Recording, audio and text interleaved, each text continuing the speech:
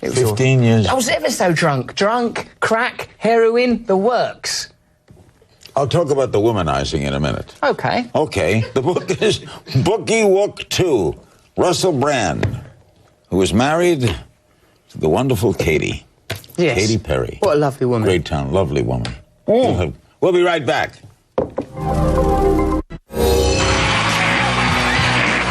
This is no fish, but an islander that have lately suffered by a thunderbolt. Alas, the storm has come again!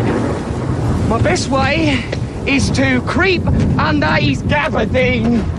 There is no other shelter here about. Misery acquaints a man with strange bedfellows. We're back with Russell Brand. The book is Boogie Wook 2, and I'll get back to the wedding later. But let's go pre the wedding. Okay. As a womanizer, did you collect them? I mean, what was it like to? Well, had you ever been in love?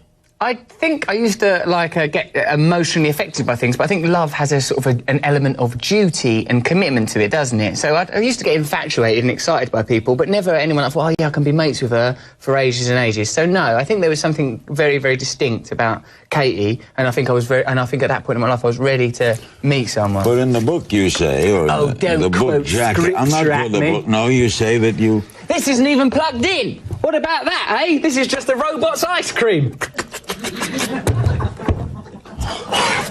Oh, our staff psychiatrist, Dr. Haldanish, is on call today. Get him, stroke her here. I'm ready for the couch. You were an Olympian under the sheets. You were fantastic, right? Yeah, you were a good lover. I really, really tried hard, Larry. I mean, it requires chemistry, proper good lovemaking, doesn't it? You can't do it really good with a table, and this is a hell of a table. But but I really was committed to it because of this ferocious, deep love of femininity and of women and of anatomy. Yes, I like the curves of their body, the aroma of a woman, the scent of a woman, to quote dear Al Pacino. I loved them. I loved the variety. But then in the end, it got a bit much. Like if you were loose in a candy store for too long, eventually you'd get diabetes. Did you ever wake up in the morning and not know who you were with? Yes, often, because sometimes you can't remember all their names. If you put name tags on them, that's offensive. Yeah, that is. Often there was not just one Larry, of course, in those days. Two. I was looking for the one, and I was very thorough in my search, and to save time, sometimes I would audition 3 or 4 at once. So occasionally it was difficult to remember everyone's names, but like that, and that's why I stopped it, because in the end it became a bit impolite. You know, you can't just say, see you later, sunshine, sunny Jim, me old pal, me old beaut, ta-ta there. You know, you run out of euphemisms and catchphrases, darling, tootsie. So therefore, when you're that way, you couldn't have a type, could you? You couldn't say, I like tall blondes. Although they are nice. You know, I think that I was very, very inclusive, because this is what made it different. Of course, there was the element of it that was a bit ugh, but there also, because it was, you know, rapacious and lusty, but there was an element of it that I see beauty in people, and at that time, especially women. Now, like, you know, now that I've found someone I'm very, very happy with, to be in a relationship with, I still have this awareness of beauty in women, but also in men, and I've got a ring on it. So, you know, I'm aware of people's beauty. So there was one element of this womanizing that was just an appetite for life and an appreciation of beauty. It was insatiable in your case. It was somewhat insatiable, although it's been satiated now. Somewhat. Where was the marriage? Where did the actual wedding take place? Not on an elephant. Oh, good Lord, no. I'm not going to involve them ever again. They're unreliable. If a firework goes off, they start causing a riot scene. So, where were you married? On the ground, in India. You got married in India? Yeah, we went back there because it's such a beautiful place. So, describe the wedding. I was trying to find it on your map, which I've recently learned is just colouring in. Like, when you're watching this on your telly at home, that looks like it's this glowing map of the Earth, but when you look at it close, it's like you, and possibly your wife, Sean, have coloured it in with pencils. Now, what's going on, Larry? Why are you doing this to us? This is our Watergate. Why are you doing this? Where'd you get married? In a synagogue in India? Where? No, because neither of us are Jewish. Okay, but I just thought, but you'd be so different, you'd get married in a synagogue or a mosque or anywhere. It don't make no difference. There's only one God. You'd reckon that a dog recognises his master in any clothes. God is God, huh? So we got married just outside. Outside? Yeah, it's like- Describe it. Where? My wife will kill me. She says we're not supposed to do any more information about the wedding. What am I going to say? Oh, Larry King asked me. Okay, so, all right, who married you? It was a very traditional wedding, other than it taking place in India. It was like, you know, Katie's background is, of course, Christian. So, Right. we were very respectful to her faith. Was it a minister? I believe so. I don't know much about the old religion myself. I know much about God, but I'm pretty sure he wasn't a chef or a butler or a passerby or a tiger. Is it hard if you're not religious and she is? No, because I'm very respectful of all religions, and I think they're ultimately the same. That's that thing that I said, a dog will recognise his master in any clothing. God You is believe God. in God? Yes, yes, I believe very strongly in the presence of God in all of us. He watches over you? I think he is present within us, yeah, I believe that strongly. What do you think happens when you die? I would hope when I die there'll be a big party. And a statue will be made, and they'll put it next to Abraham Lincoln. We'll do it in India. In India. What'd your father do? My dad, I didn't grow up with my dad. Oh, no? You grew up with your mother? Just me and my mum. She was sick a lot when I was a kid. You know, she had You're an cancer only 3 child? times. I'm an only child of a single mother, so I've got a lot of attention. And she's a brilliant woman. She's still alive, still very healthy, brilliant, beautiful. What human does she being. make of her son's success? She's really, really proud of me. But to be honest, she'd be proud of me. Like, you know, she was proud of me just when I stopped taking drugs and getting arrested all the time. She thought that was a massive breakthrough. So, like, now that I'm, you know, on Larry King and that and doing well, she's well proud. Russell Brand, the book Bookie Wook 2. We'll be right back. I've lost a shoe. You've seen it anywhere? It's like this one, but, you know, obviously it's the opposite one. Excuse me, missus, I've lost a shoe, like this one. It's like this one's fellow, sort of the exact opposite, in fact, of that.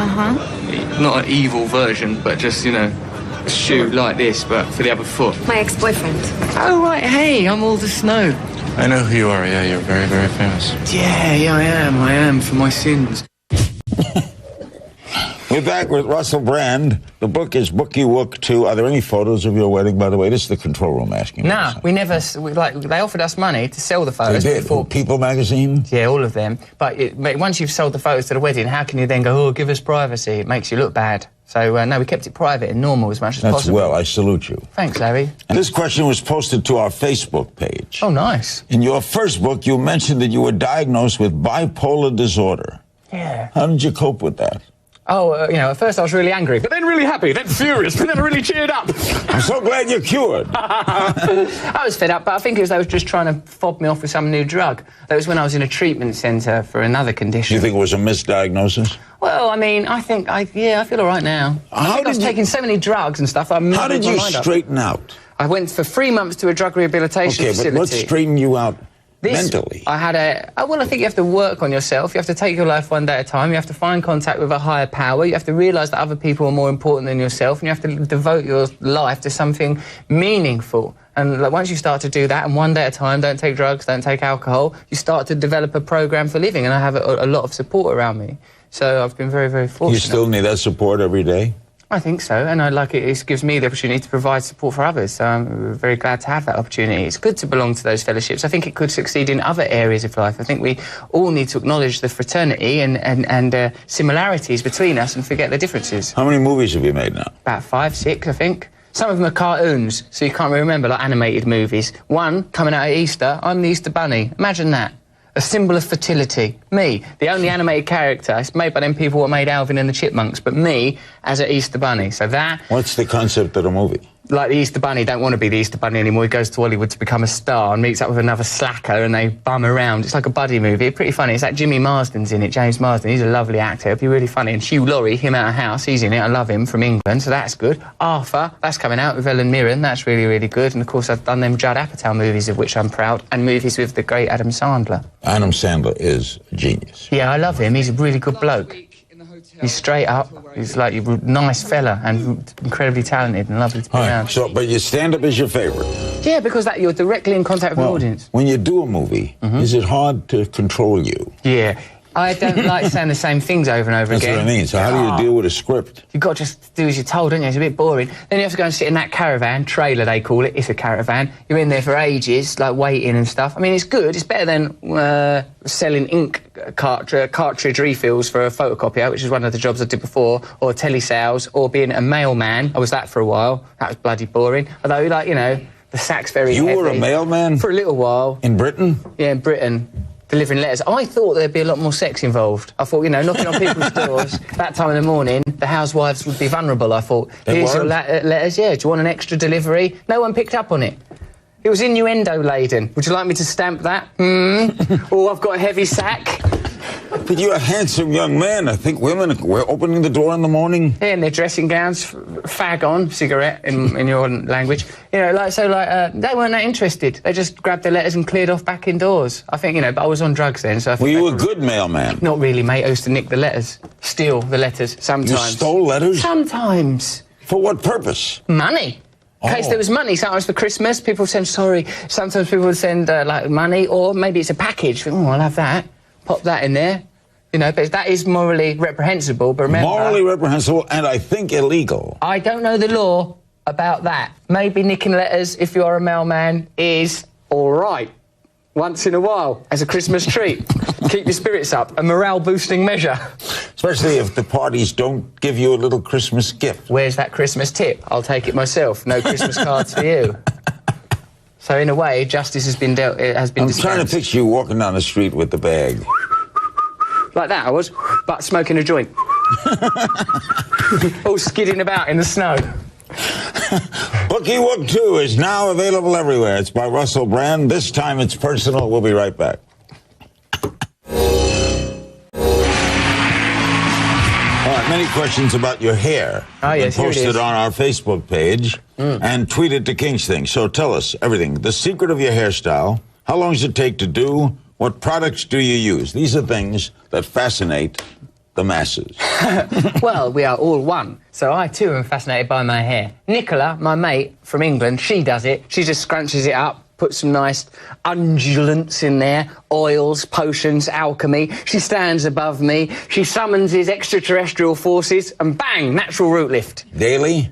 Whenever it's required, Larry. Sometimes 3, 4, 5 times a day. That woman's ever present. Is your hair hard to manage? Very much. Sometimes it makes decisions for me. It starts wandering off on its own. It's got its own ambitions. It wants its own hairline. Now, I think it's quite easy to manage. It's relatively lustrous. Now, are you unshaven or growing a beard? Sometimes I allow myself to grow a little facial hair just for the virility and to look a little like Rasputin. But then my wife will remind me that I look like Charles Manson, and I think, well, is this the right way to Manson did have his hair like that and a little, not a beard, but that hair. But the main thing about Charles Manson was, it wasn't like, oh, Charles Manson, I hate how he looks. It was that murderous rampage and the way that he contributed to the ending of the 60s, along with the Vietnam War and Altamont. You know, the way he looked was actually not that bad, except for that swastika on his head. What was he thinking? What a crazy thing to do. What do you make of your royalty getting engaged? Well, I don't know about all of this, Larry. I mean, what's going on? Is he ready? Is he rushed into it? Young William?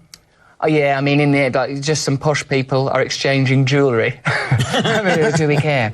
I don't know if it makes people happy, if it makes him happy. I've met some of the royals. The Queen, I've met. You met her? Oh, yeah.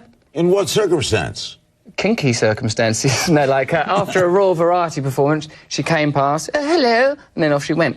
And then, like, and then Prince Charles, the heir to the throne, I met him, like, about a week ago. And, like, after a thing called Pride of Britain, where courageous people are awarded in the presence of celebrities. Like, after that, Prince Charles, there's a bit where you took off to a special room, and Prince Charles, with the Duchess of Cornwall, Camilla, bowl round and, like, meet everyone. I felt a bit shy and a bit compromised, not sure whether or not I agree with the concept of hierarchical power structures when I think that everyone is equal. So I was thinking, oh, shall I wait in line? Shall I wait in line? Then someone shoved me, go and meet Prince Charles. So I got pushed into him, and it was like a bang like that, a collision. And, and then he sort of thrust out his hand, hello, and then I thrust out mine. And then, like, I saw the moment in his eyes where I thought, oh, that's that controversial comedian. I better move on. And he moved his eyes like that, but I kept hold of his hand and didn't let him go. You stay here and meet me. And I heard his wrist click a bit. It made me feel bad. He sort of went, little wrist click. like that. And then I felt all embarrassed and I just ran away because I felt, oh no, I've made the future king's wrist click. What have I done? Am I a good man? Then people went, no, look, the Duchess is back there. And I had to rush back into the line. And I was so overwhelmed with all the wrist clickery and hullabaloo that she came out and I just went, a Duchess! And shouted in her face what she was. And then she went... She was so posh, it was indecipherable. It was like verbal hieroglyphs. It was like a John Cage sound poem. I couldn't understand what she was saying. He'll be with you momentarily, Dr. Haldane. We'll be right back.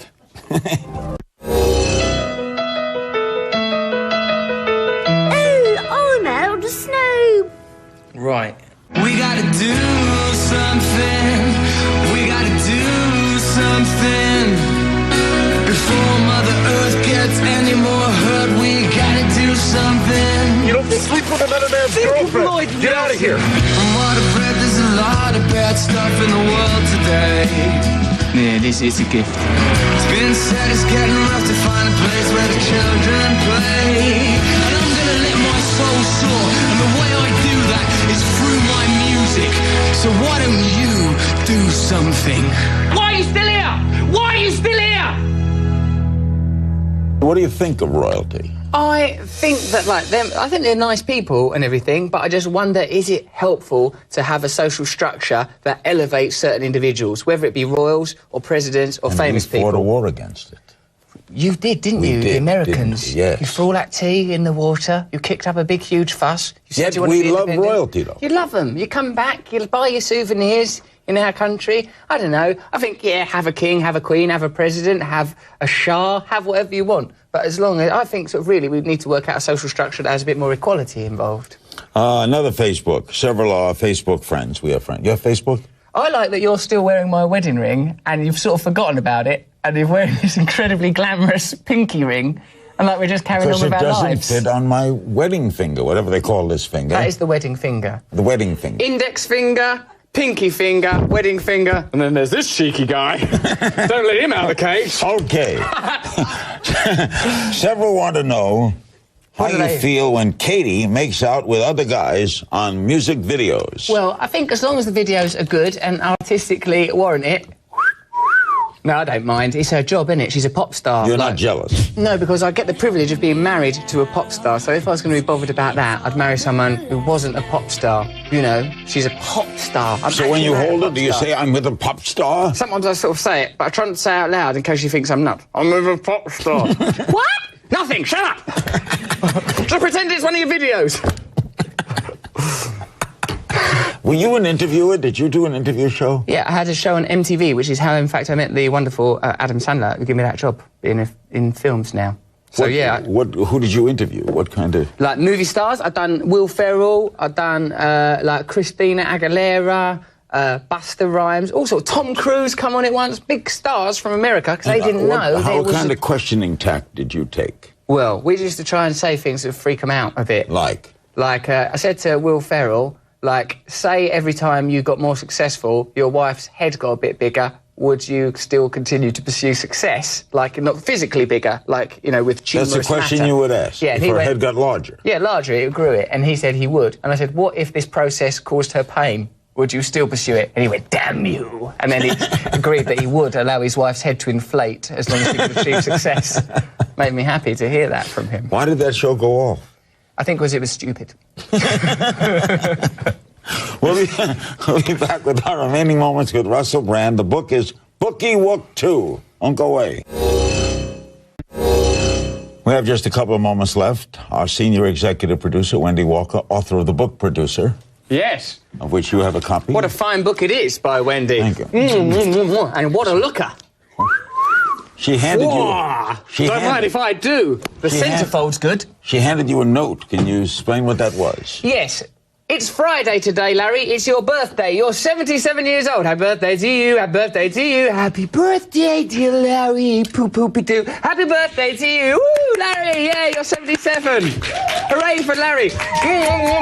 You gorgeous man. You icon of current affairs. You stand astride world news, a colossus. How can you be pursued or followed? You are the news. If it hasn't been said in your voice, it didn't happen. Happy birthday. To you. I want to say, I never get personal on this show, but I want to say something. I've interviewed many types of people. I've seen the program on the telly. Authors and directors and presidents and kings. And different people and awkward people and ordinary people, people in stress, people in happiness. But you are the first truly insane person I have ever met. Truly insane in the membrane. Totally. And I love you for it. You are totally you. I appreciate this. There is nothing false about you. And yet you are in show business. How have I achieved this peculiar dichotomy? Yes, how? It's a paradox. Correct. I live in a world of plasticity and synthesis, and yet there is some authenticity. Correct. Unbelievable. What's next, Larry? Thanks, Russell Larry. Brand, the book Bookie Wook 2. Barbara Bush will be here along with George H.W. on Monday, Dolly Parton on Tuesday, Jack Hanna and the Animals, and my son Cannon will be with them too on Wednesday night, Thanksgiving Eve. Happy birthday! Thank you! Why are we yelling?